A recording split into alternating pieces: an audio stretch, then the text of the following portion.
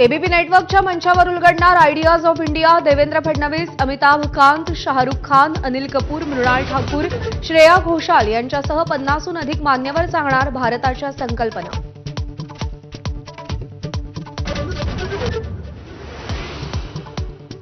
अजित पवारांच्या विमान दुर्घटनेच्या चौकशीचा आज अहवाल येण्याची शक्यता।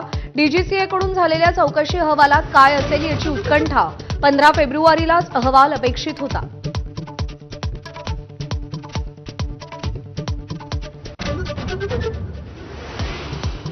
राज्यसभेवर पुन्हा जाण्याबाबत शरद पवारांचं मौन। पक्षनेत्यांचं ऐकून घेऊन काँग्रेस ठाकरे सेनेशी बोला, अशी पवारांची सूचना। सूत्रांची माहिती।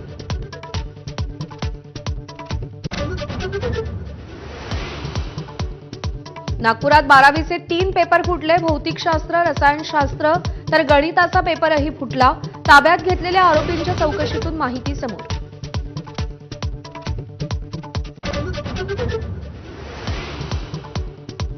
मालेगावात महानगरपालिकेचे वीज अभियंते अभिजित पवारांचं निलंबन। खंडित वीज पुरवठ्यामुळे लोकांनी महानगरपालिकेत नमाज पठण केलं होतं। विभाग प्रमुख म्हणून बेजबाबदार वक्तव्य केल्याचा ठपका ठेवला।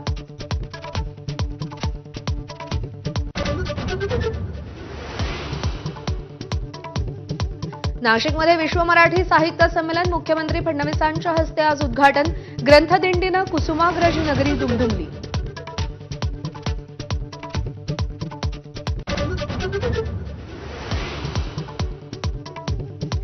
आज जागतिक मराठी दिन। एबीपी माझाच्या सगळ्या प्रेक्षकांना शुभेच्छा।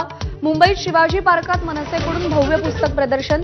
हिंदी इंग्रजीच्या रेट्यामुळे मराठीच्या विस्ताराला खीळ बसल्याची चर्चा।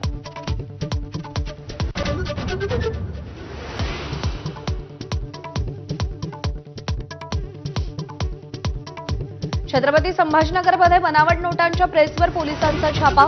मालेगावच्या पोलिसांची कारवाई। मुख्य सूत्रधार संतोष केळसकरला अटक। 500 रुपयांच्या 200 बनावट नोटांसह 1.5 लाखांचा मुद्देमाल जप्त।